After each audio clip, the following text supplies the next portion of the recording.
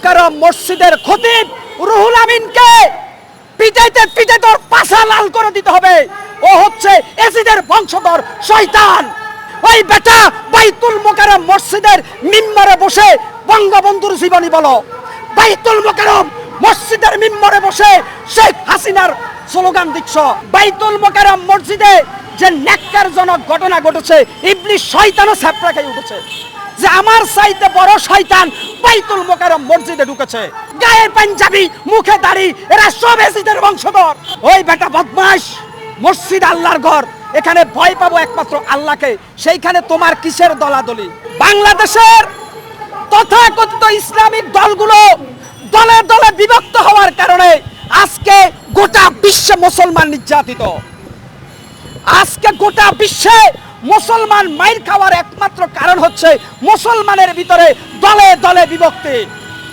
শেখ হাসিনার আমলে এদেশে ওলামা লীগ বাইর হয়েছে, তরিকত ফেডারেশন, বাংলাদেশে ইসলামের যতগুলো নিবন্ধিত দল আছে এদের নাম বললে 2 ঘন্টায়ও তালিকা শেষ করা যাবে না। আমার প্রশ্ন, ইসলামের এত দল কেন?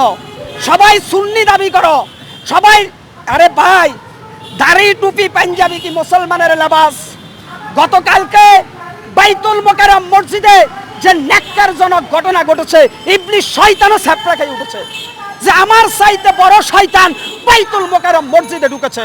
আমি মনে করি বাইতুল মোকাররম মসজিদের এই ঘটনায় যারাই জড়িত, ম্যাক্সিমাম লোকের মাথায় টুপি, গায়ে পাঞ্জাবি, মুখে দাড়ি, এরা সব এজিদের বংশধর।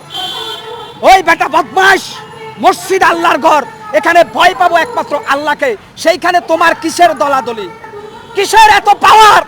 যার মানে আমার ভয় হচ্ছে এই দেশের উপরে কোন সময় আল্লাহর আসমানি গজব নাজিল হয়। অত্যন্ত কষ্ট লাগে ভাই, অত্যন্ত দুঃখ লাগে। বাংলাদেশের ম্যাক্সিমাম মসজিদ কমিটির সভাপতি সেক্রেটারি ঘুষখোর, জেনাখোর, বদমাশ। বাংলাদেশের হাক্কানি মসজিদের ইমামগুলোকে শুক্রবারে ওরা জুমার নামাজের সময় সঠিকভাবে কোরআনের বয়ান দিতে পর্যন্ত বাধা দেয়।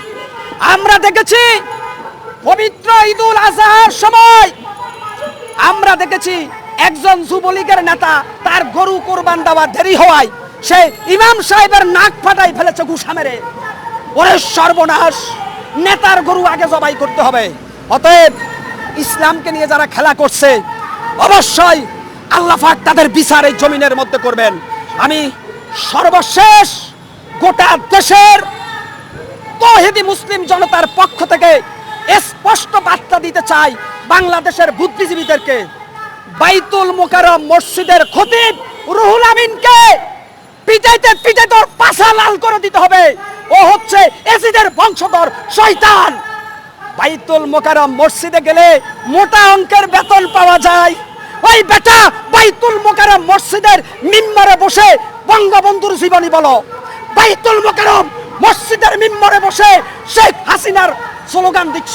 ওইটা কি শেখ হাসিনার জায়গা না আল্লাহর জায়গা?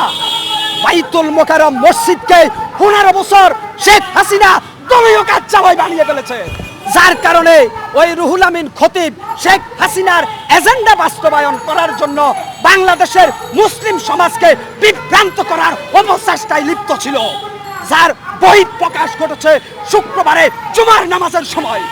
আমরা এটার তীব্র নিন্দা জানাই, আমরা এটার সুস্থ তদন্ত সাপেক্ষে বিচার চাই।